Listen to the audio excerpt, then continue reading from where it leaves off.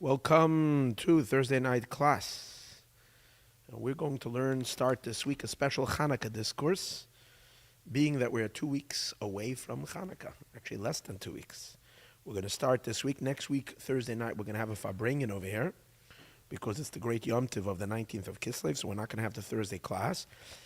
If, with God's help, maybe someone nudges me, maybe we can do Wednesday, the Thursday night class, but knowing the way, I don't know if it's going to happen, but maybe it's going to happen. But this should be the first, and then the week of Chanukah we can finish. We're going back to the book of Torah, which we didn't learn yet this year. And what's exciting is, over the years, I taught the entire book, and we're holding by the last 2 or 3 discourses of the book, which this year we're going to finish. Be'ezrat Hashem, with God's help.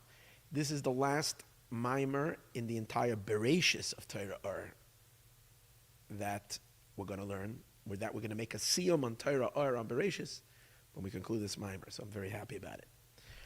We talk so much about Mashiach in all the other classes and about the events unfolding in the world, but when you learn a discourse like this, you realize this is how you actually live in the divine state of Mashiach, in the godliness of the Geula, when you can live the concepts that we're learning. And primarily Chanukah is the holiday of the lamps. We celebrate Chanukah by lighting a lamp, the holy lamps of the menorah. And we know that the lamps of the menorah, in addition, it says, it's a beautiful teaching that says that you have to listen to the story the lamps are saying. The Zuhar in the previous Rebbe says, previous Lubavitcher Rebbe says that when you light the candles, you have to listen to the lamps. They're telling a story. Sometimes we also say you look at the lamps. You're also supposed to look at the lamps. You're supposed to try for a half an hour and look at the holy lamps. And when you're looking in the lamps, you're really looking in the mirror. Because the lamps, the flames, and the entire lamp is really a reflection of your soul. Because the soul is called the lamp of God. In this discourse, we're going to learn how can we manifest ourselves as being a lamp of God. That, of course, our soul in heaven is a spark of God from above. That's great. That's when the soul is not encased in a physical body. But the question is, how are we a lamp of God when we are encased in a physical body? And we're going to actually learn that we are really called a lamp of God precisely when we are encased in a physical body. When we're not in a physical body, we're not a lamp. We're a spark of God. We're not a lamp. We're a lamp of God only when we're in a physical body. And we can actually be, our entire existence, including our bodies, can all be included and part of. And our entire being is a lamp of the, not the most literal sense, that each and every one of us is God shining in this world, literally. We become from human beings, godly beings. And this mimer is going to teach us what that means. Now, this mimer is really, that we are learning, is a interpretation on a discourse that we learned many years ago. So again, it's a biur. Biur means, and it's an explanation. It's an expounding on those discourses. And remember, we've already explained so many times that the expounding discourses are much more complex, because they show you the inner workings, the Kabbalistic side of the otherwise Hasidic discourse. So, and as you know, my introduction to most of the classes that I give on Thursday night is that I didn't prepare, and I don't know it, and the same applies to this discourse. I didn't get a chance to prepare that well I'm not going to blame anything but myself, but right now, let's learn, and I'm sure the flame will flame in the merit of all the beautiful people that are coming to learn and to study. I will say just in the previous discourse that I got to glance. I glanced on this discourse and I got to glance on the original discourse. I taught it years ago, but I forgot what I taught. That's many years ago. I don't remember when we learned the original discourse. It's somewhere in there, that's right, hopefully. But I've now managed to read over a little bit. And there's just an interesting idea that, well, let's use it as the foundation of the discourse, is that he makes a distinction between, because he's going to explain the quality, the power of Chanukah, is that in the earlier generations, people had enormous capability to be able to access the divine potential of their soul and manifest it. Because all they would need, God was not so hidden from the world. God was in much closer proximity. So all they needed was a little bit of effort. No, actually, he doesn't say because God wasn't so far. That wasn't his. That's not his explanation. It's because he says they were very high souls. There was a concept that in the earlier generations, the higher souls came down, and they did all the heavy lifting. They did most of the war fighting with the Klippa and the darkness. They did then. We're watching now a war fighting good and evil and the world, like we discussed in the last classes, and we discussed how we're watching incredible victory of holiness. As in the last class on Monday night, we discussed how all evil has already been vanquished. It's already, Mashiach has fully subdued the forces of darkness in the world. Listen to the Monday class, which I hope is worth listening to. I think it is. But what we are seeing right now is a direct result of the powerful battles that people fought throughout all of history with their own demons inside of them. As they fought these battles between good and evil inside the human internal world, this is when they eradicated the energies on a very deep level. So that's why they had to be super maga souls, if you might say. They were like the great souls. Because they were such great souls, as soon as they meditated a little bit, their souls went on fire.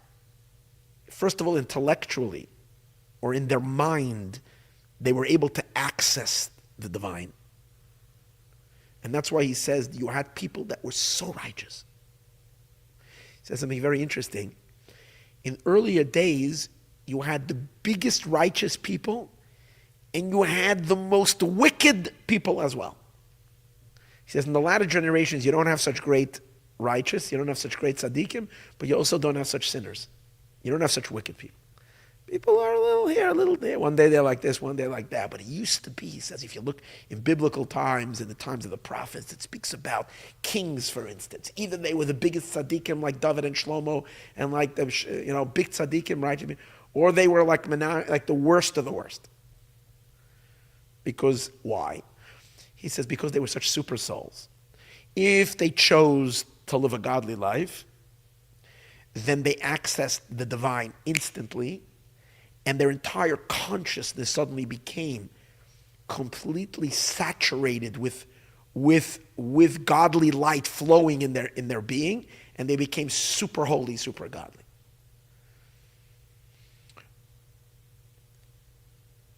But because there's free choice, so if anybody decided to ignore that potential and not switch that switch, not subjugate themselves to God, then it was a choice that you made to enter into darkness. Because you had access from within your own power without God helping you. You had access to be able to reveal within yourself the highest godly light. So if you chose not to do so, it was really your fault. And in that sense, they became enormously dark people, enormously evil people. That was in the earlier generations. He says in the latter generations, most of us don't have the capacity because we're of a lower level soul. So even when we try hard from within ourselves to open up our souls to the divine light, to be able to connect, it doesn't always connect. It's very hard. And that's why when, and he uses it, he says humans don't have the ability. I mean, we can live good lives, we can be mention and moral and ethical, but to reach the real levels of prophecy, levels of like high, becoming conduits completely for God, we don't have that ability in our to be in that level. So instead, what happens is God has to light our fire. And that in the time of exile, in the time of darkness, then instead of us igniting our souls, we can be ignited by God helping us be the divine lamp that we are meant to be. And when God does it, the level of the divine that's engaged in lighting our souls is much higher than even the earlier generations who were able to do it on their own. In other words, the earlier generations who were able to like transform themselves into divine beings, they accessed a more external level of the divine. But precisely our weakness is our benefit. Because we're in a very thick darkness. Now when I say, I have a hard time reading all these Maimarim, because the Rebbe said we're already in the next stage. So we're already in the time of Geula and the time, so we're again being given enormous powers and enormous lights. So that we have to bear in mind when we learn these discourses and say, that now in our generation, well, the Alter Rebbe was talking at the very tail end of exile. The Rebbe is saying that our generation is already the beginning of redemption. So things are changing, and we have to bear in mind when we are reading this. However, even if for whatever reason we didn't enter, for whatever reason we haven't yet followed the Rebbe, as the Rebbe says, into the space of redemption, and we're still struggling with the darkness of exile. And if we're still struggling with the darkness, that darkness is very thick, because it's the last little tiny crumbs that are the leftover dregs of the dregs of the dregs of the dregs. And if our consciousness is stuck in that darkness, it's the greatest darkness. So it's almost like nowadays we have a choice to live in the most brilliant light. If we expose ourselves to it and study it and learn it, we can open ourselves up to that. Or if we're still living in darkness, we're living in a darkest darkness that there has ever been. But notwithstanding the fact that we're in that darkest darkness, but precisely because of that, even if we have not entered into the light, we have God who loves us, and He lights our flame. So there's a verse which the whole Maimer is explaining. It goes like this: Ki ata Neiri Hashem, you are my lamp, God. And then it says, V'Hashem, and Hashem, Yagia illuminates chashchi, my darkness. This verse is a verse in Psalms. Ki ata Neiri Hashem, King David says, you are my lamp, God. And then he says, and God, you illuminate my darkness. So according to the Alter Rebbe's interpretation, Gvald. Ata Neiri Hashem is the earlier generations. When you got on my lamp. What does that mean? We all are given a divine soul. And if we open up our soul, if we activate our soul, again, we were not making a wicked choice to shut down our divine soul and live an animalistic, beastly, narcissistic life, like those who chose to ignore their soul did. So if we choose not to do so, and instead manifest our neshama, it's a sign of incredible love. It's a bracha. It's good, it's good.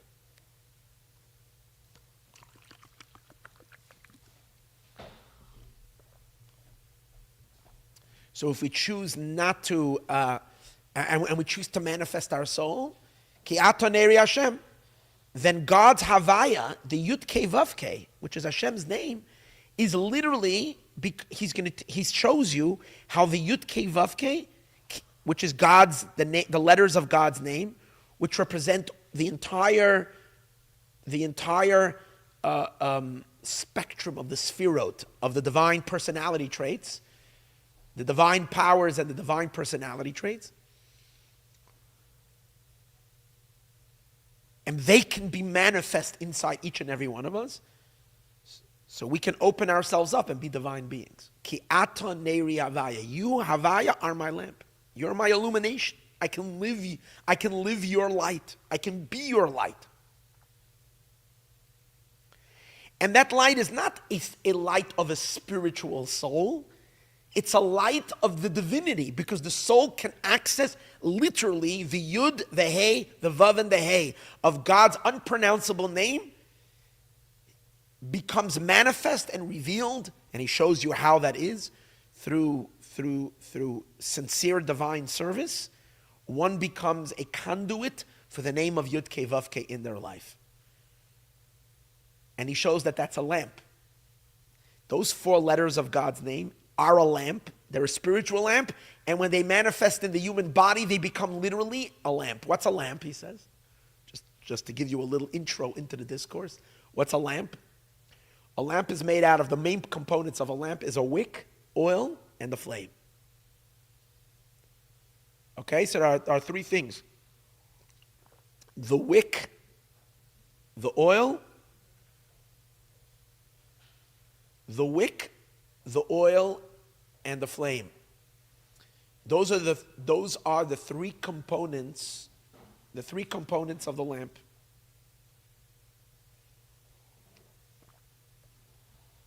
Now the wick, but that's 3. In God's name, in Hashem's name, there are 4 letters. If there are 4 letters in God's name, if there are 4 letters in Hashem's name, and we say that Hashem's name, Yud Kei Vav Kei, that's the lamp. So there has to be that in each and every one of us, in our lamp, there has to be 4 components. What are the 4 components? So it says that in a flame, there are 2 parts to the flame. If you look at a flame, close to the wick, there is a dark fire. And the higher part of the flame is a bright fire. Though the Zohar refers to it as a white fire. It doesn't mean white, it means bright.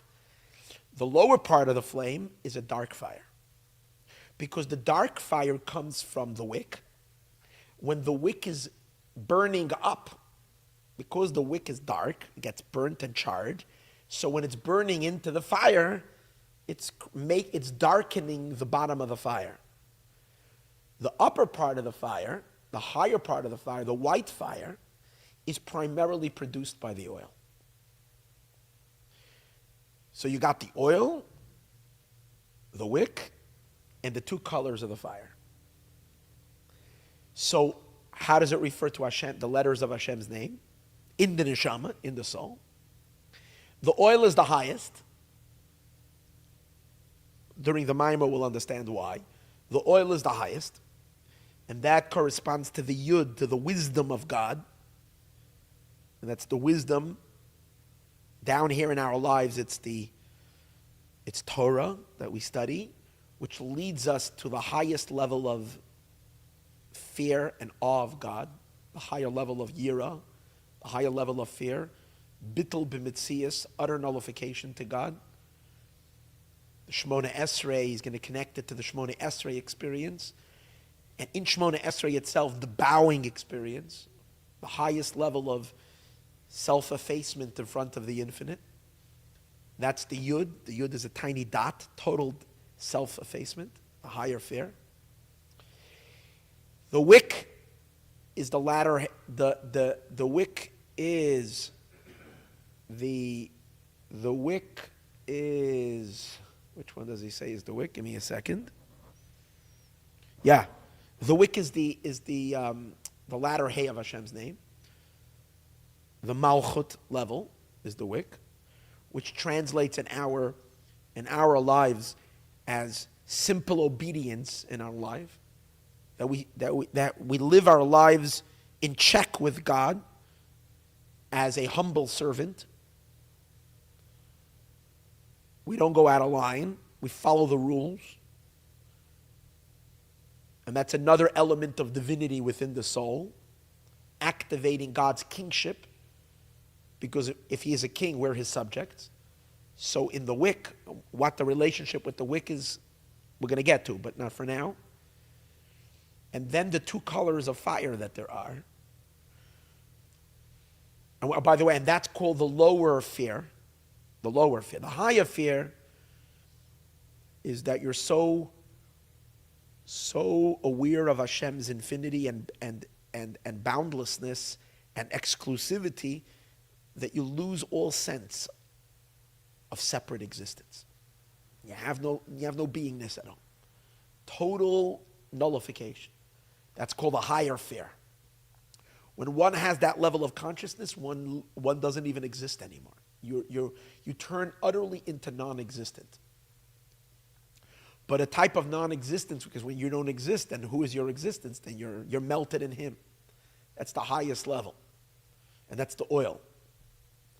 Like the idea that the oil becomes completely nullified, combustiated. The oil burns up completely. It doesn't even exist. It goes from existence to non-existence in the fire. It's the point of becoming naught and void and null in front of Hashem. The higher fear. Then there's a lower fear. That's the wick. That's simple obedience. You do have a self, but you bend and yield for Hashem. Between these two levels of fear exist the two levels of love. And that's the two levels. Fire, the fire itself is the love. The passion, the fire, the drive, the soul's excitement that is driving the soul into a bond with God. And that itself exists on two levels.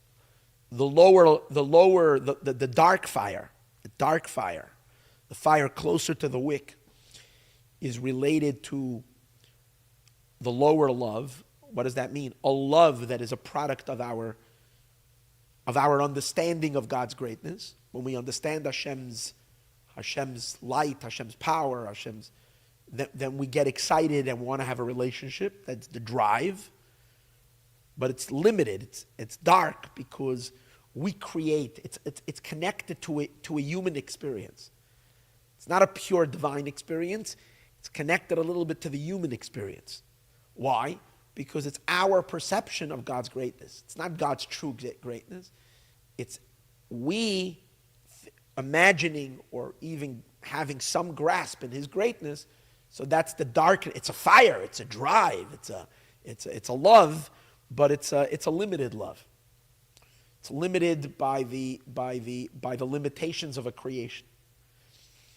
And the higher fire is a love, a transcendental love, a love that doesn't come from the mind. It's more than you loving God, it's God suctioning the person into Him. It's like you're being pulled like a magnet. God is pulling the soul into Him. That's like a madness type of a love. And that's the higher love of the Yud Kei Vav Kei. So this is the meaning, Ki ata Neiri Hashem, you Hashem are my lamp. That means when we activate, as the Maimer explains, we go through these stages, we can actually literally completely become a lamp of God in this world. However, what is the second half of the verse? V'havaya yagiach hashchi. And Hashem illuminates my darkness. What does that mean? All the above mentioned, as we spoke earlier, was in the early days when great tzaddikim, super souls, and they were able to, as soon as they would begin meditating on God, they would find the signal. Their channels were so big that a little bit of effort, they connected. And God, literally, the infinity of God came into focus, like they were in a 3D theater. They would actually experience God. They would look past, they would see past the limitations of time and space. They would almost have prophetic experiences through meditation, whether they were prophets or even if they weren't prophets. Their meditations were so potent, were so powerful. And they became enamored by Hashem's light. They became sucked into it. And they would go aflame. And they were able to turn on their neshama, all the switches, all aspects. That's ki ata Neiri Hashem of the earlier generations. comes to the latter generations that were the very, very last souls, the souls that are left over at the bottom of the barrel. You can take it, find a couple of neshamas all the way at the bottom, and these become the souls of our generations. So that's these souls. Even when you meditate, It's a concept. Sometimes it's a dry concept. You're meditating, but the meditation is not taking you anywhere. You're thinking, but it's like you're not connecting. It's like you're trying to, your Wi-Fi doesn't work. It's not working. It's not connecting. You have the frustration on the phone. You keep on trying, and it doesn't go. It doesn't go. It's not, for some reason, Wi-Fi is down. So you can't connect, and that's what happens. So here, the Alter Rebbe says, don't give up, because God will come to the rescue. If you're trying, God will illuminate your soul. He will turn on your neshama. But when He does it, v'havaya yagia chashki. It's not going to come from the lower Yud Kei Vav Kei. For those who are following my Mashiach class, that we're learning every day, we learn a little bit on the Mashiach class.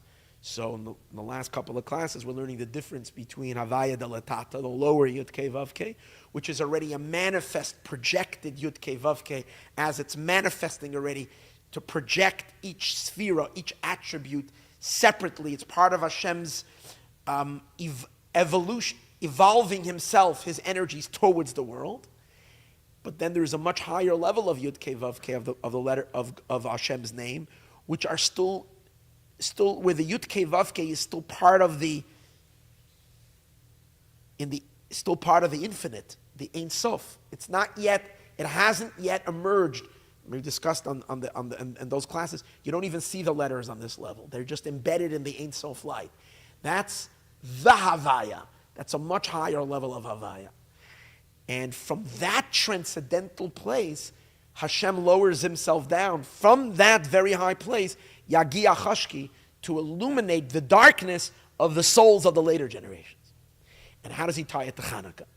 Because He says the first time the Jewish people entered into the stifling darkness, that they were not able to access any more God, was when the Greeks came and polluted the atmosphere.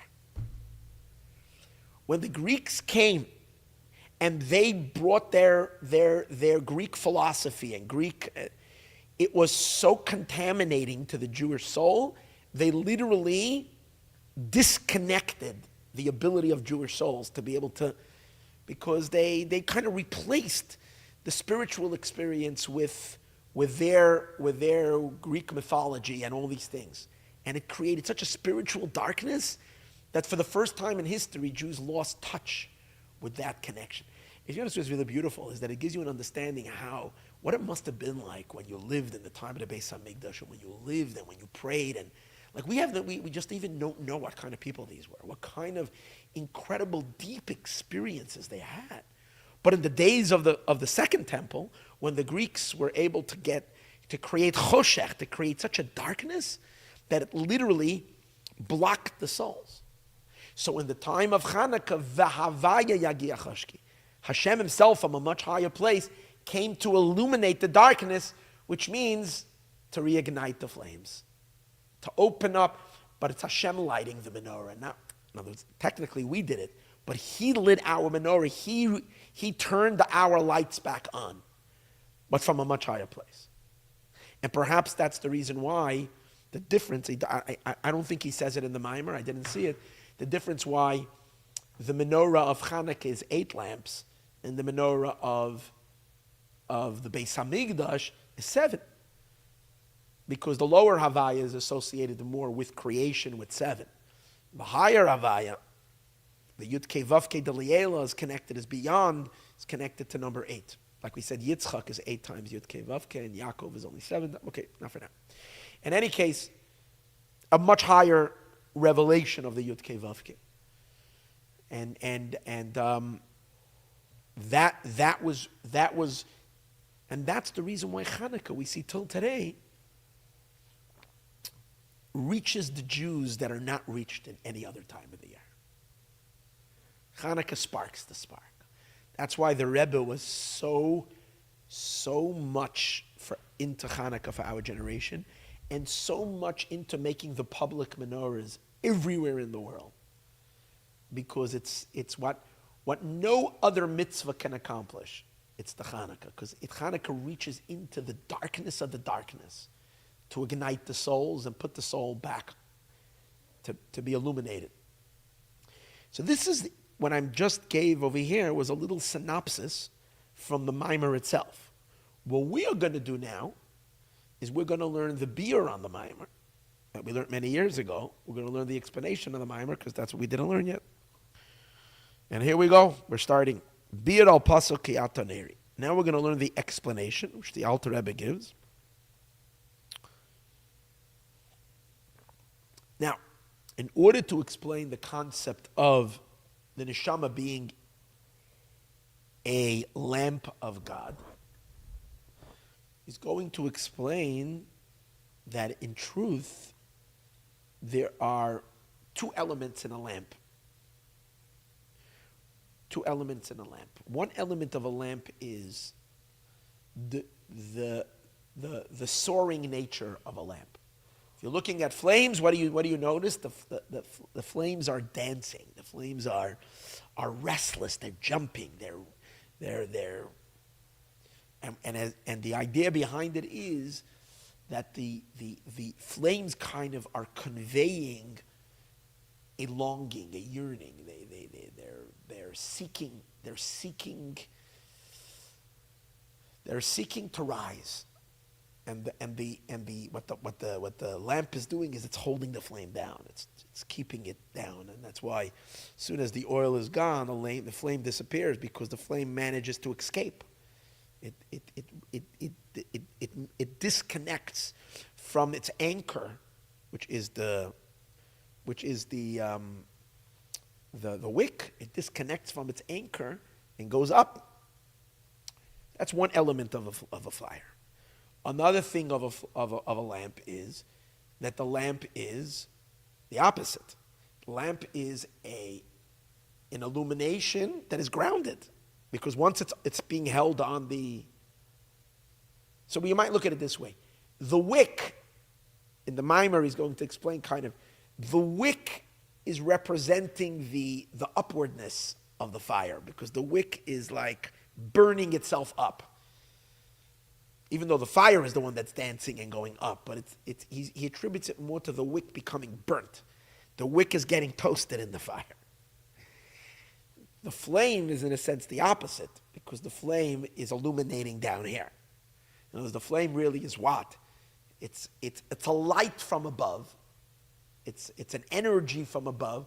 In Rambam it says that the source of fire is outside of the atmosphere. And should really be above the not present here.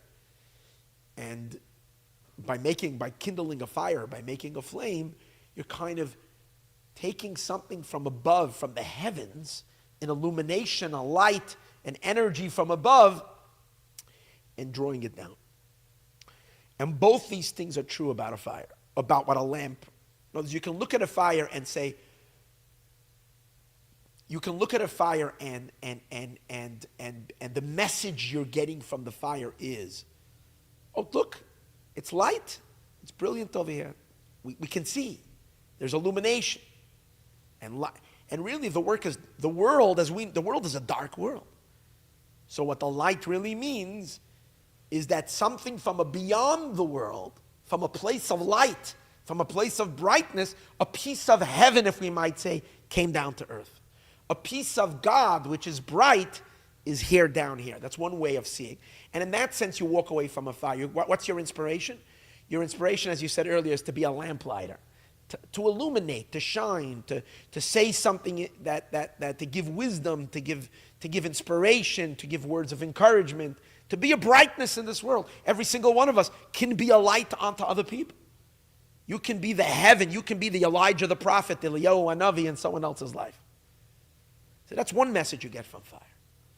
Another message you get from fire is you look at the fire and you jump up, you grab a talus, you throw it over your head, and you get lost in prayer. The fire reminded you that you're a soul that's seeking to transcend and leave this world. Leave the constrictions of time and space. Go away from here. Go up there and have your neshama soar to heaven. So the fire has both messages. A flame has both these messages. And he's going to show how both these things are true in our life. We need both. We need what's called in Chassidus, we need Ratzai and Shuv. Ratzai is the racing of the soul upward. The Shuv is the descent of the soul downward to illuminate the world, bringing heaven down to earth.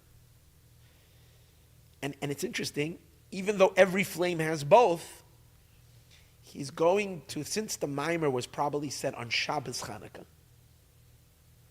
because the Maimarim, the Rabbeim usually said was on Shabbos. And on Shabbos Chanukah, we have a lot of flames. We have the Shabbos candles lit by the women, generally, and we have the Chanukah candles, lamps lit by the man of the house or the boys in the house.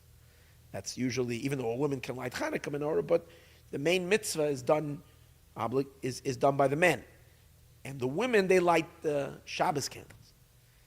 So he's going to differentiate, and he doesn't say it in the main disc, because this point he only says in the Biur, is that the main thrust of Shabbos candles is not the illumination of heaven down here on earth. The main thrust of the Shabbos candles is Vayachulu Hashemayim v'Aaretz. It's like at the end of the week, after we've been enmeshed in the darkness of the world, comes Shabbos and God gathers us up in heaven. Shabbos is a day that we leave time and space. We leave this dark world and we ascend upward. That's why we don't do work on Shabbos. We're not engaged anymore in the material world. It's a day that we run away from all the darkness.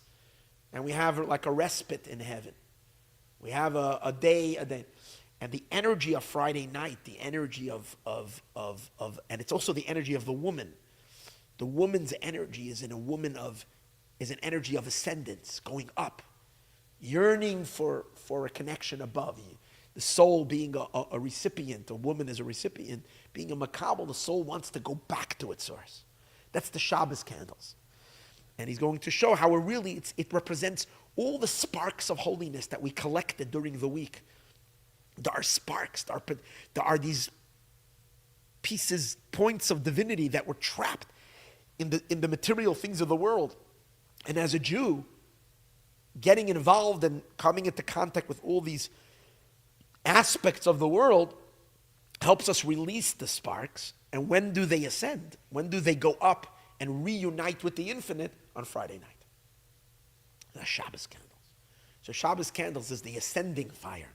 It's the fire of prayer, of song, of longing, of ascendance. Chanukah candles is primarily the opposite. Chanukah is to illuminate, to go out into a dark place and to illuminate. That's why the Chanukah menorah is supposed to be put out towards the street. The intention is not an escape from the world, but the intention in the Chanukah candles is to come down to the lowest places and shine light. Whether it's our body, or whether it's the street, or whether it's the farthest, darkest elements in the world. Chanukah is about a descent. It's more a masculine energy, which is a flow downward. And these are the two flames that there are. Now he's going to connect these two ideas to a pasuk, in which we say it always in Ashrei. We say it in Ashrei every time we say Ashrei, which is 3 times a day. We say the verse, Aromimcha Elokai HaMelech. King David says, it's the first verse of Tehillah LeDavid. Ashrei really doesn't begin with the words Ashrei. Ashrei is a verse from a different psalm. The psalm itself, which I think is Psalm 145 or 146, or 144, it's from the last 5, 6 psalms in Tehillim. It starts with the word Tehillah LeDavid, a praise for David. Right? So David HaMelech is going to, and this is considered one of the greatest compositions that King David ever sang. That's why we say it 3 times a day. It's from all the Psalms, this was selected as one that is so great, so all-encompassing. We want to say the deepest secrets, everything is contained in in Tehillah LeDavid. But the first words at Tehillah LeDavid is an introduction. What's the introduction? Tehillah LeDavid, a praise for David. But what are the first words?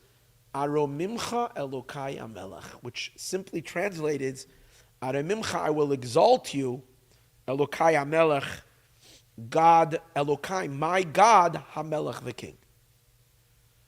So on the simple level is, I will exalt you, which means I will speak of your greatness. I will praise you. It's like saying, I will praise you. I will make you high. The word aromimcha is from the word rom. Rom means high, exalted. Aromimcha means I will exalt you. But he's going to explain that there are two opposite meanings in the word aromimcha. One is to ascend to God's exaltedness. Aromimcha means I will reach for your, according to the first interpretation, I will reach for your exaltedness. Which means I will leave behind my constricted, limited, confined time and space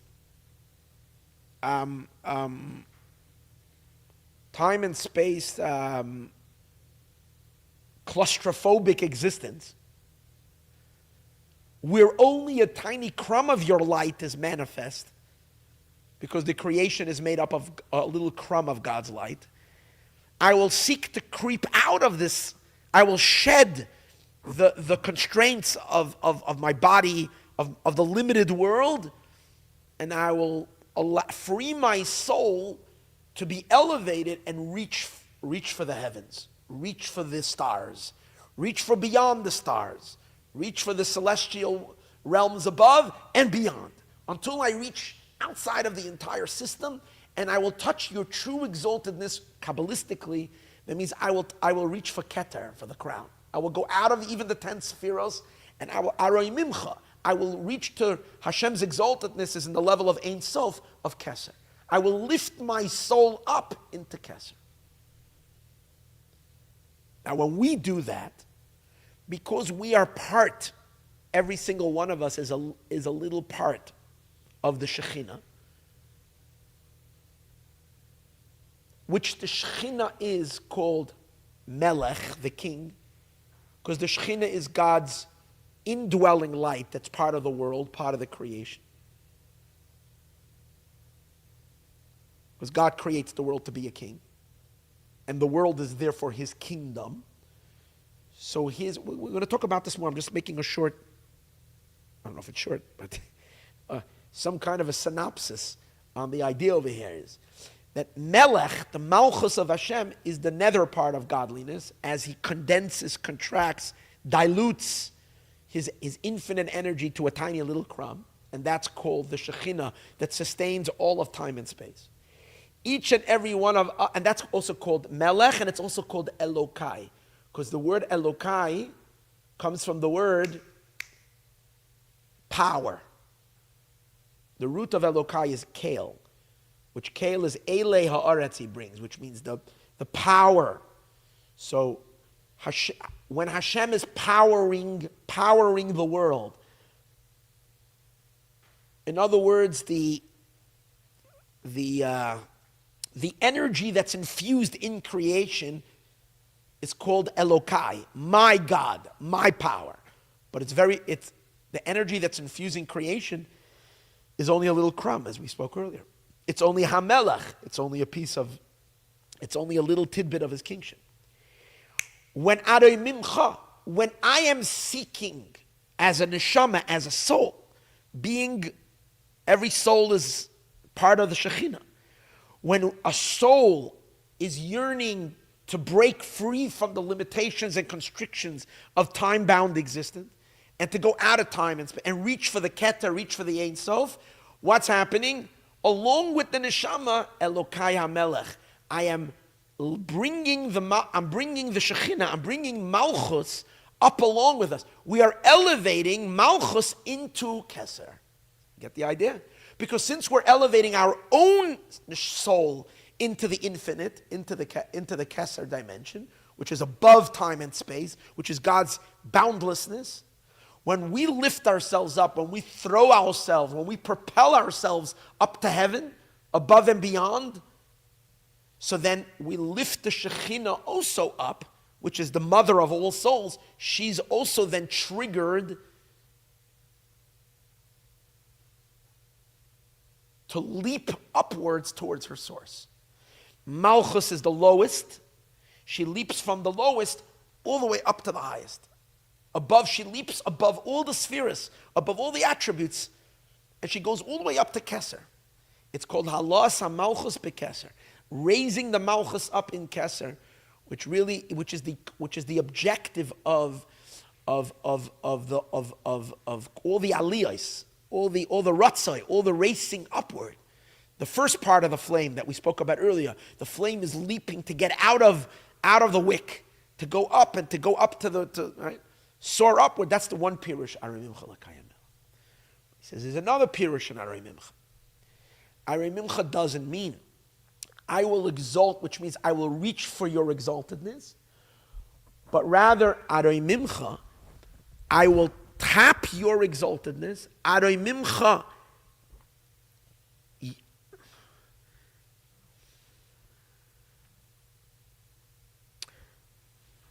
trying to figure it out in the wording, but the meaning over here is, I will draw down your exaltedness,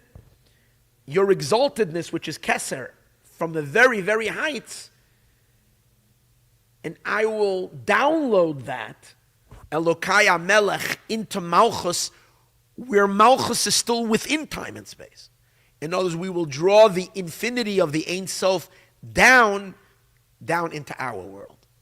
This is called the Yichud of HaKadosh Baruch Hu and the Shekhinah. You bring the HaKadosh Baruch Hu, you bring HaKadosh Baruch Hu down, the transcendent infinite light, down into the Shekhinah. Instead of the Shekhinah, the creations, a created being, breaking free from what we might see as the prison and the narrowness of creation, to free itself into the Ein Sof, which basically means to go out of vessels, to go out of containers, to go out of containment, and the energy should be reunited with the Ein Sof light. Over here, the opposite is to bring down the infinite and settle it into vessels. Arei Mimcha, I will grab your Roimamus, Elokai HaMelech, and I will bring it down to Malchus, where Malchus is down here. These are the two pirushim which are going to serve as the basis for the two aspects of the flame. A fire going upward, seeking to leave the boundaries of the lamp, and the flame seeking to free itself from the constraints of the wick and go back to heaven. Or the flame being an illumination of heaven, bringing the light from heaven, bringing the fire that's above the atmosphere down here. And the flame is not running away. It's actually excited about illuminating the darkness. Two ways in the fire. And he's going to say one is Shabbos candles and one is Chanukah lamps. One is a shuv and one is a ratzai, like we discussed many times. Let's read it inside. In the words Ado Mimcha, which means Lashon Noich, we say to Hashem direct. Yesh beis pirushim. There's two pirushim in what the words Arei Mimcha means. Echad mil mayla lamata. One is from up down. What does that mean? He starts with the second interpretation. Haroi mimus shalamayla. The exaltedness of God. God's exaltedness, yumshach lamata, should come down below. One is a download. We will download your infinity into time and space. And this is also expressed in a verse which we say in davening. In davening, there are two, in our daily prayers, there are two verses that almost seem to be the same theme, but they're in the reversed order. One is in Baruch She'amar and the other one is in Yishtabach. Baruch She'amar is the introduction to our daily prayer, to Psukei de Zimra. Yishtabach is the conclusion of a certain part of our prayer. So the Yishtabach is the after blessing, and Baruch She'amar is the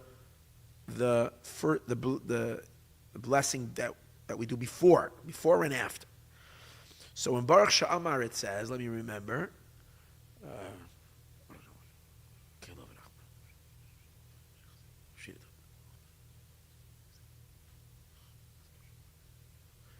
Yachid Chei Ha'elamim Melech. So in Baruch She'amar we say these, that's the first one he says. Yachid, you are alone. Yachid, the singular one. Chai Ha'elamim, simply you read it like this. Yachid, God, you are the only one. Chai Ha'elamim, you live eternally. That's the simple meaning. Melech mehulal melech meshubach mefayar adayat shemayagada. The king who is meshubach mefayar, the king who is exalted and praised, the king who is meshubach, who is exalted and mefayar, and he's praised. Meshubach mefayar adayat, forever. Shema Gadol is God's great name. So that's the simple meaning of the words. Okay? But then there's another similar verse, almost the exact same words, but in the reverse order. And that's in the Yishtabach. What do we say there? We say Melech Yachid Chai Olamim, which means the singular king Chai Olamim, who lives forever. So if the striking difference is like this, in the first verse that we say, we put Melech at the end. Yachid, Chai Olamim, Melech. Right? So Melech, which means kingship, is at the end of the phrase. In the end of the prayer, we have Melech at the beginning. Melech Yachid Chai Olamim. Melech Yachid Chai Olamim. So, why? And it seems to be the same thing. A king, you're the only one. You live forever. So why is it stated in two opposite? But the theme is exactly what we're talking about over here. One is in Baruch She'amar and one is in Yishtabach. So what's the difference? We're talking about connecting the creation, which is a product of Malchus, with the Ein Sof, which is represented by Keser, by the crown, the infinite light. And over here, the whole point of prayer is to bring about a fusion. Simple words to get closer to God. We, the creations, through prayer, get close to God. The question, however, is how are we getting closer to Him? Is it by us ascending higher and higher until we melt into Him? That means we're stepping out of our limitations and boundaries, dissolving into His infinity. The other way is we compress His infinity and bring it down into our small world. We draw Him down from His infinite height. We hold our ground down here. We live and we continue living within the parameters of time and space, within the parameters of the limited existence of the world that we are in, of our bodies and of our physical consciousness. But into our physical consciousness, we concentrate the infinite energy of God to come live in our world. Are we invited into His world, or are we inviting Him into our world? One of them Kabbalistically means we are elevating Malchus into Keser, or we are elevating the Shechina into HaKadosh Baruch Hu. The Shechina is ascending into HaKadosh Baruch Hu, or Malchus is going up into Keser. The opposite, the other way is that we are bringing Keser down into Malchus. Or we are causing HaKadosh Baruch Hu to move into the Shechina's domain. He's becoming one with her. Is He coming to live by her, or is she coming to live by him? What's happening over here? Who is coming to who? That's the dynamics. So he says, the first way, which is, again, even though in the order of things it works the opposite, first we ascend and then we bring God down, but since I guess the ultimate objective is for God to come down to us, he puts that first in the mimer. The first pirush is echad malmayla lamata, from up down. Haroima mushalayla, the exaltedness of above, yumshach lamata, should come down below. And that is expressed in what? In the Pasuk as follows. Listen to the verse. Yachid. Yachid means you are singular. You are alone. The level of Yachid is God where there is no creation at all. Where God's infinity leaves no room for anything else to exist. And that is not only a long time ago before he created the world, he was the only one. But in Hasidus we learn that even after he creates the world, there is still a level where the worlds are literally non-existent. Where all of creation is canceled in his infinite light to the point that it's kalach hashiv, it doesn't exist. There's nothing in the radar. God doesn't even see creation as a bleep in the radar. Because he is in an expansive mode where his infinity is felt, and in the space of infinity, the finite world is canceled utterly to the point that it doesn't exist. And God is Yachid, he's the only one. Then we say, Chaya Elamim, however, but there is a world. Somewhere, at least to us, in our creation came into existence. How did that happen? Oh, Chaya Elamim, the life of the world, Chaya Elamim, the life of creation. Chaya Elamim doesn't only mean he lives eternally. Chaya Elamim, now the Hasidic interpretation means Chai, the fact that God is the life, Elamim of worlds. That's not in the state of Yachid. In the state of Yachid, there's no worlds. But then there is another dimension where there is Olamim, there is worlds, including our physical universe down here. And where does that? Who powers the worlds? Him. Chai Olamim. Chai Olamim is the infusion of godly energy to the creation. What's that? Melech. That's a very, very external ray of God's light. The very, very external ray of God's light is called his attribute of kingship. The attribute of kinship can only come about through an immense amount of tzimtzumim and contractions, like we learned in the Mashiach class, how there's 5 yuds in the Yud Kei Vav Kei. We've been learning this in the daily Mashiach. I tell everybody should subscribe to the daily Mashiach WhatsApp 5 minutes, because if you do it every day, you get an enormous download of Chassidus, because we're going through Maimarim. It's a commitment on a daily level, but there's so many concepts that we're discussing here that is very special that we get to do it in 5 minutes. Usually it's 6 minutes, small little clips of but it's consistent, so it's a good thing. In any case, we were just learning about that in that discourse. We're learning how Hashem, through the process of Yud Kei Vav Kei, it's a process of enormous amount of contractions, like a teacher is coming down to a tiny little crumb to teach the students. From the teacher's vast wisdom, they have to take a little tiny something that the students, and how many times they have to contract in order to be able to bring it down. So that's the concept of, in order to become Melech, Chaya Elamim, which is the life force of the world, is only a little crumb. But what are we saying? Yachid Chaya Elamim Melech means not that Yachid, once upon a time you were Yachid. There is a dimension of Yachid, there is a dimension where you are infinite, and then Chaya Elamim Melech, that there is the life force of the worlds is just Malchus. But the point over here is in davening, what are we trying to say? Yachid. We want to grab the Yachid.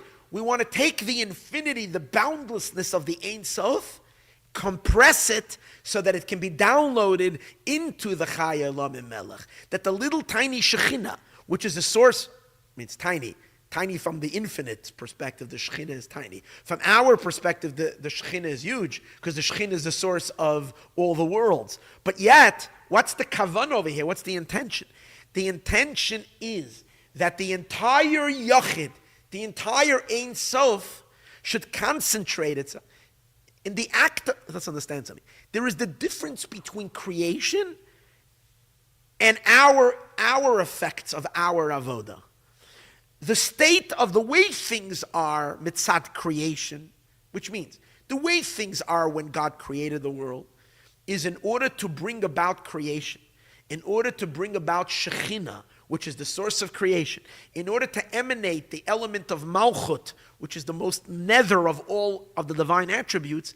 For that there needs to be an enormous, infinite, boundless, never-ending amount of contraction, diluting, until the Shekhinah can only emerge. It's so nothing.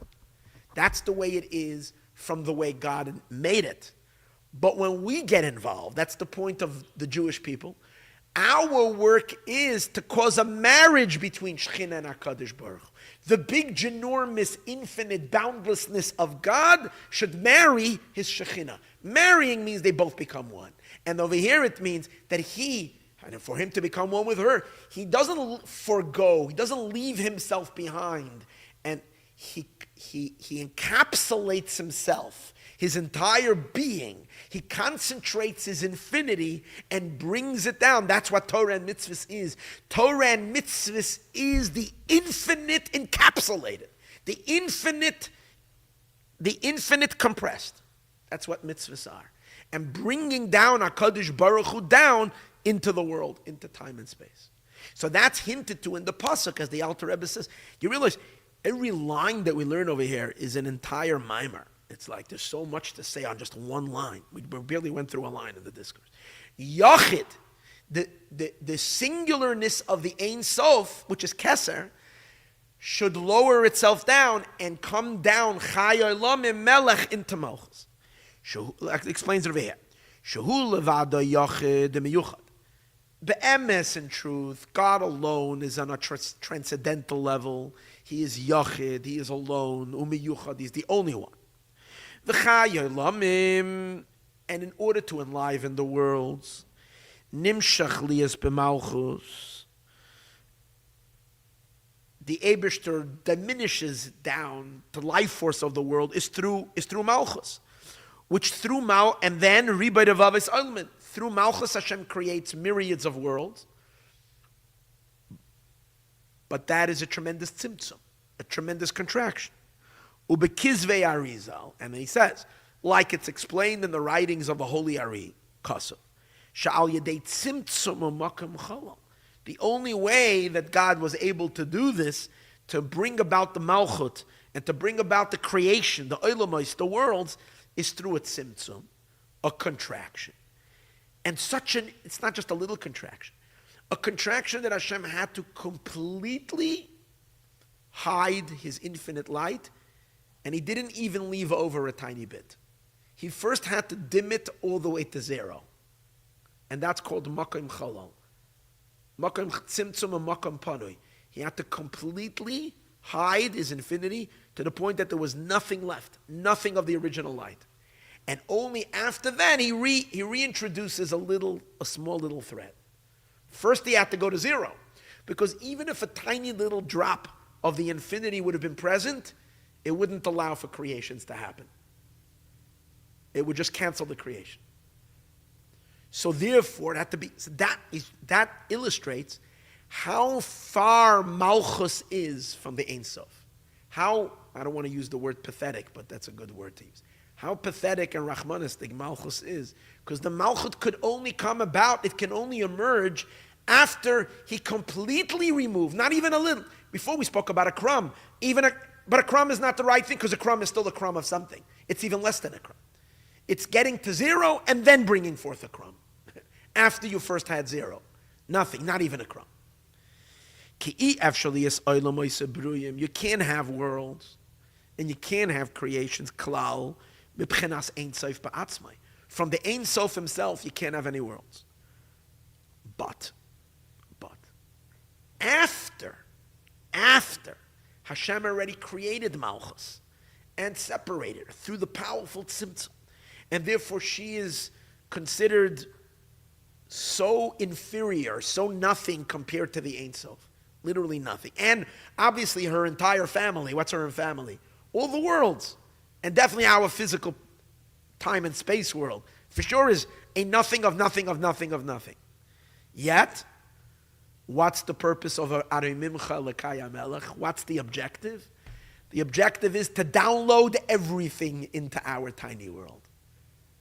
To download all of him. Not his light, but everything of him into our world. And that's V'chol Hamshachos Al Yonos. Now, after Malchus is already separated, and Hashem gives Torah and mitzvahs to the Jewish people. He gives us the Torah and he gives us mitzvahs which enable us to download. V'chol Hamshachos Al Yonos. And now all the supernal downloads, Nimshechu, get drawn b'Malchus, into Malchus. Kenoida, as it is known. Ki Yud Gimel Tikunei Diyukna, Nimshechu Lamata b'Malchus. Now he's talking about how does this concentration happen? How do you then bring the infinite boundlessness of God into his wife? How do you bring into the tiny little wife the boundlessness of the Ein Sof? How does that happen? So he says, that happens through the 13 strands of hair of God's beard, of the beard of Keser, of the Ein Sof. On the one hand, it's a strand of hair, which a strand is very, very minuscule. It's a tiny little bit. It's a channel, very small, like a person's hair is only a little tube. We're a bit of a bit of a bit of a bit of a person's energy can go into their hair, but yet the hairs are alive. Something is. But on the other hand, since we're talking about over here the hairs of Keser, of the Ein Sof, through and via the hair, this unbelievable thing happens that the Eibishter communicates himself down into Malchus. And it's interesting. The Yud Gimel Tikunei Diyukna, he says, is not meant for the higher spheres, for the higher attributes. It's meant dafka to Malchus. Which means only the lowest sphera, only the lowest of all the 10 spheres, which is Malchus, which is the woman at the bottom, she gets to receive the most potent light that skips all the higher realms above her, doesn't manifest, it doesn't open up. The files go through the higher spheres, but they're zipped and closed and they only manifest in Malchus at the bottom. That's the magic of a mitzvah. The magic of a mitzvah is that we're dealing with such incredible potent lights that these potent lights, if they would open up in the higher worlds, they would destroy all the worlds. They remain concentrated and they get delivered into the physical world. That's why Torah is so obsessed with physicality, mitzvahs. Because only in the lowest of the low, for whatever reason, because there's a rule that the lowest is rooted in the highest.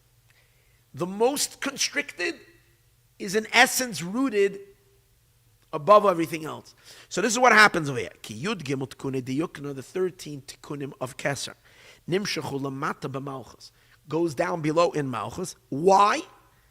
Lefi Shadagleha Yoredes. Because her feet go down to the place. It says regarding the Shekhinah, that her feet, that means within the Shekhinah itself, her last and final levels, her energies that go low, low, low, go all the way down to the place of death. It's a pasuk, which means she goes down into the klipa, into the world of unholiness, which in general means the material, physical world, which is full of unholiness. And here's the crazy thing. This unholy world that is so full of klipa and sitra achra, it's precisely in this unholiness that we can create the home for God's essence, which cannot be done in any of the holy places. It has to be done in the lowest of all places. So Malchus receives the greatest gifts, the highest downloads, because she goes down to the lowest places. Ilachein Nikram HaMalchus, and that's why Malchus is called B'Shem Atara. Malchus is called a crown. Eishes Chayil Ateres Baila, the woman of Allah, she's the crown of her husband. Why is she called Atara? Malchus is the bottom. Crown is the infinite, above. Because the crown downloads to Malchus. That's the way it is. Obviously, through the mitzvahs that we do, we cause a yichud between Keser and Malchus. We draw everything down. Besifrei HaMukabalim. In the writings of Kabbalah, Malchus is called a crown. Ki Malchus hu b'chinas Keser Elyon. Because Malchus is also Keser. Malchus, the nether of all Sfirot, is also the crown of all spheres. Shenimshach b'Malchus, that's drawn in Malchus. What was I going to? Oh, and you see, a king wears a crown. So the crown that's transcendent goes down on the top of on the head of the king, which would be interesting. Let's try to like unpack that for a minute. You know,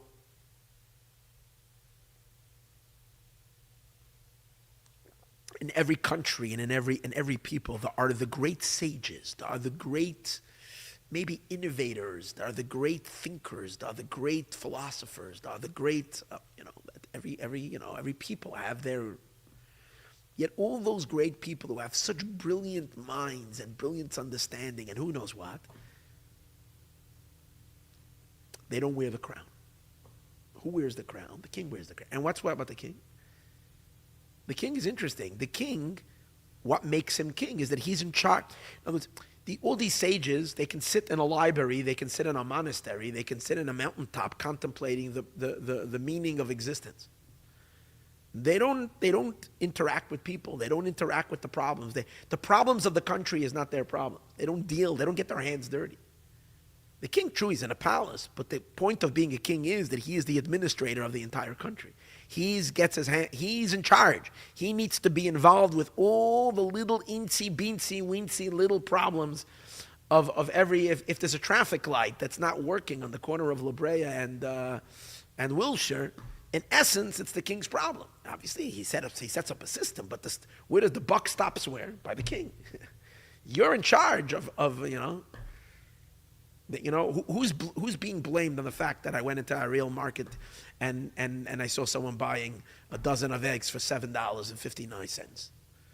Who's in charge? The buck stopped by Biden. That's why they voted him out of office. He and whatever. They said the economy's bad. What does he have to do with the eggs? Well, if you're the president, it's your business that eggs should not cost $7.50. Because he's the king. So hold it. If he's the king, why is he wearing the crown? The crown is the most loftiest, the most transcendental. Put it on some sage, some great professor who's a great thinker. That guy is he has much more time to deal with the abs. So you see that Dafka, the lowest, it's the same thing we're saying. The highest sphere is above Malchus. They're all the sages. There's Chachma, Bina. They're all awesome. They're not pachkening. They were saying they're not pachkening with the world. Malchus is pachkening with the world. Malchus is busy with the world. Raglel Yaredes Mother. She goes down into the klippas. She goes down to fix the problems of the world. But yet, Dafka Malchus merits to get the crown. Eishes Chaya Lateres Baila. The king, who's the most involved, is the one who wears the most high. That's the rule over here. So that would be now, let's go back to the Pirush Arei Mimcha, Elokai HaMelech. What does that mean? Aro Mimcha, I will download your exaltedness. I will download the crown, Elokai HaMelech, down into the Malchus. This is bringing Hashem down into the lowest elements of creation, down here in this world. V'gam Arei Mimcha, but then there is another Pirush Arei Mimcha, Elokai HaMelech. I will lift myself up to your loftiness, to your transcendence, to your crown. And as we say, when we lift ourselves up, we lift the Shekhinah up. This is a complete different energy. This is an energy of not downloading. This is uploading ourselves, lifting ourselves into the Ein Sof. This is more an experience of prayer, not mitzvahs, not doing mitzvahs, not fixing the world, but meditating on God's greatness, yearning, experiencing that desire for Ein Sof. V'gam Arei Mimcha l'roimei ha'malchus, to elevate the Malchus. And this interpretation of Arei Mimcha is consistent with the words in the end of Yishtabach. What does it say in Yishtabach? Same words, but there it says, Melech Yachid Chaya Olamim. What does that mean? Here the Melech is before the word Yachid. What does that mean? We've elevated Malchus so high that Malchus is sitting all the way up in Keser. Melech Yachid. Yachid is Keser, we said. Yachid, because Yachid means God's singular being. God is singular, nothing but Him. That's the infant. That's where Hashem's light is in an expansive state where nothing else can exist. And and Melech Yachid means that the Malchus is sitting inside Keser. Malchus is submerged in the Ein Sof. Chaya Elamim Kenoi. Now what does that mean? Ki Malchus da Atzilus nasa atik lebriya. Because the Malchus of the world of Atzilus, as I was explaining earlier, Malchus is the lowest. And therefore the Malchus becomes the... Okay. Now first he's explaining it on a lower level, and then he's going to explain it on the higher level. The lower level of Melech Yachid Chaya Olamim means that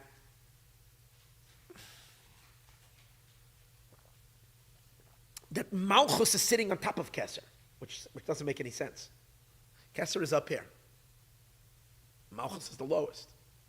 So Yachid Chaya Olamim Melech makes sense. First is Yachid, then Chaya Olamim comes all the Sfirot, all the 10 Sfirot, Chachma Bin Adas, Chesed Gevurah Teferes. It's all a contraction in order to come down. Chaya Olamim Melech in order to produce Malchus, and Malchus is the source of creation, a very dim light, or the higher interpretation that we explained, that we draw the Yachid down through all these levels into Melech, however we're going to see it.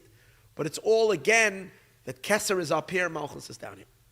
When we say Melech Yachid, what we really mean is like this, that Yachid is Keser and Malchus is on top. How does that work? Because it says like this, the Malchus of every world becomes the Keser to the next world. What does that mean? In simple words.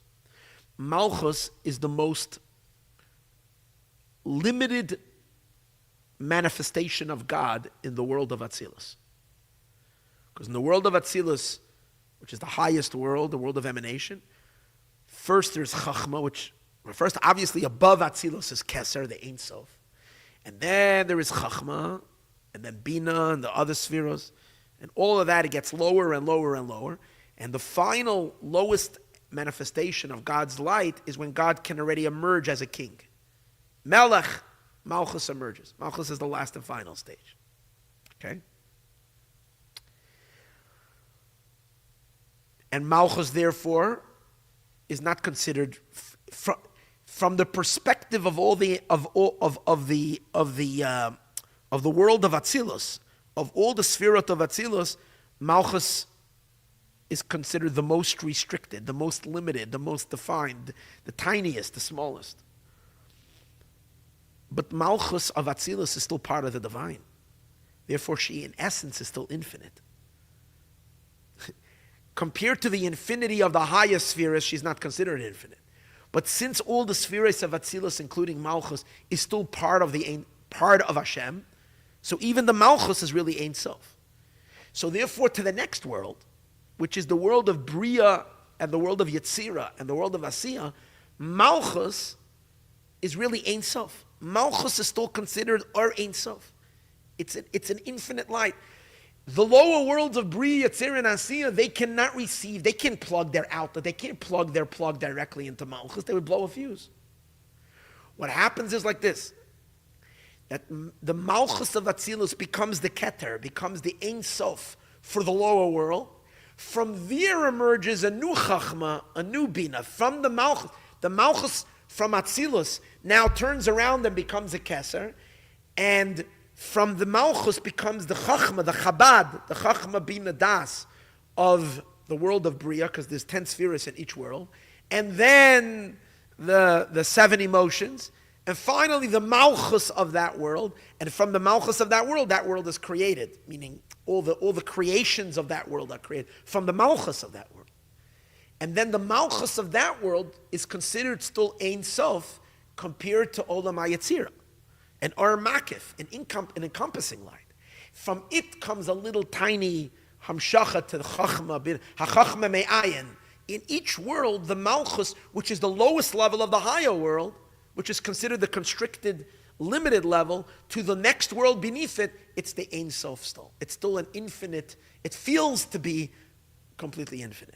And now let's make sense of how he's reading the word. Melech, first is Melech. Melech is when we're looking at the, Melech and Yachid is the same level. Because what are we saying? Melech Yachid, the singular king. So it's referring to the same level. But Yachid is implying Keser. Melech is implying creation. Because Melech says he's a king over somebody. You can't be a king if you're to yourself. Melech and Yachid is a contradiction. Because Yachid means he's the only one. There is no creation. Yachid implies there's nothing but him. Melech implies that he's a king over something. So a Melech is the total opposite of Yachid. So how do you say Melech Yachid? And you put Melech first? The answer is, in the world of Atzilus, to the higher spheres, when they look at Malchus, Malchus is Melech, is a source for creation. But from the next world, from the lower world, from Bria, which is lower, Malchus is Yachid. It's the only that it's Ein Sof. There's no room for anything to exist. Even the Malchus from the higher world is considered to the next world the exclusivity of the Ein Sof. Nothing can exist in that light. Plug into that and you die. Plug into that, you're electrocuted. Plug into that, this doesn't leave room for any, because it's infinite light. So what happens is, it's first called Melech, but then it's called Keter, the crown, to the next world. That's why it's called Yachid. And Melech Yachid, Chai Elamim, and from the Yachid comes the life of the worlds. That's a tiny little flash which produces the Chachma for the next world. And then it goes down till it becomes the Malchus of the next world, enabling the space of that world and all the creatures of that world to exist. Yet that level, that world is considered still so lofty that the Malchus of that world is still considered Ein Sof, and it becomes the Keser for the next world, and that's how it goes down. So now we understand what means Melech Yachid Chai Elam. So that's one pirush, okay? Let's see. Melech Kenoidaki Malchus Datzilas, the Malchus of Atzilas Nasa Atik Lebria becomes the Keser. Atik always means the Keter. Atik means the light that is transcendent, removed to Bria. Pchinas Yachid. It's considered Yachid. Kedei Liyos Chai Elamim. In order to enliven the next world. So first Malchus is an Or Makif, it's an encompassing light, it's a Yachid light, and from it comes a tiny little bit of light to become the life force of that world. Okay. But in this case, Malchus then goes down into the lower worlds. It's very limited as she goes lower and lower and lower. Notwithstanding the fact that she's a Yachid for the lower world, she's a Keser for the lower world, but that's only relative. That's only relative to the lower world. Malchus is so high, but relative to Atzilus, Malchus is Nebuch. Very, very, very, very low and very, very limited. So now we have to Aroi Mincha. We have to lift up the Malchus, even though she's Keser, but we have to lift her up where into the Keser of the Ein Sof. Enable Malchus to go up truly into the infinite. To go, it's one thing, she's a Keser, she's wearing the crown. To the lower world, she's wearing the crown, but to the upper, she's got no crown. You want to lift her up into the ultimate crown, into the Ein Sof itself. Now we have to raise the Malchus of Bibchinas Yachid into a much higher level of Yachid. Ad, and that's why he says over here, Ad Malchus to Ein Sof. Until the Malchus of Ein Sof, that's the ultimate Keser. To go higher and higher, all the way up, Milmata Lamaila, from the bottom up. Ubeiz B'chinas Elu, and these two levels, I have to leave in 2 minutes. I just wanted to finish. Hen Shabbos v'Chanukah. These are the two energies, the difference between Shabbos and Chanukah. Shabbos is the elevation of Malchus. All the work we do, we propel Malchus higher. It's an energy of Aliyah Sa'olamais. The energy goes up, ascending upward. Malchus gets relief from her entrapment in this world. She goes up. And in our lives, God gives us a break from having to illuminate the world, and He allows us to take a day off and to immerse ourselves into the higher spiritual worlds, to go away from everything. And Beis B'chines Elu, and these two levels, and Shabbos v'Chanukah. Ki Shabbos, because Shabbos, halo mulmata l'mayla. Shabbos is an ascent from the bottom up. V'Chanukah, in Chanukah, Hamshacha is a drawing down, mulmayla l'mata, from up down. Like we said the first Pirush, we download the Ein Sof into Malchus, or we upload Malchus and we throw her up. We enable her to propel her up all the way into the Ein Sof. And he says, Va'allah zu, and what does it mean, this elevation that happens on Friday night? Hu inyan abirudim. This is the idea of the sparks that were released from their entrapments. We take all the sparks of holiness, which are pieces of the Shekhinah, pieces of Malchus, and we lift them up. Matzmiya chatzer la behema elef turin, shehem b'chinas keil shakai b'meluyai. It says that the Malchus, every day, she eats for breakfast, pretty big breakfast. I don't know if it's breakfast, maybe it's brunch. Maybe it's both together, I don't know. But she eats 1,000 mountains of, simply it means, there is a behemoth, the Zohar says there's this great behemoth, this great big beast, that every day grazes and eats the greenery of 1,000 mountains. Imagine how much vegetation are there on 1,000 mountains. And she eats, she imagine this big animal, she goes and is eating from, can finish up, polish off 1,000 mountains. So what does that mean? The animal is Malchus, because Malchus is called Behema, because the energy of Malchus is Shem Ban. Ban is Gematria Behema. Because the spheres above Malchus are called man. Malchus is called Behema. And she eats 1,000 mountains is referring to the sparks of holiness that are consumed in Malchus through all the mitzvahs that we do. But what's really cool is that he says, and that's this consumption of all these sparks is connected to the name of Hashem called Keil Shakai. So I was so excited that I was able to crack the code. What does it have to do with Keil Shakai? He says, B'meluyai, with the Miloi.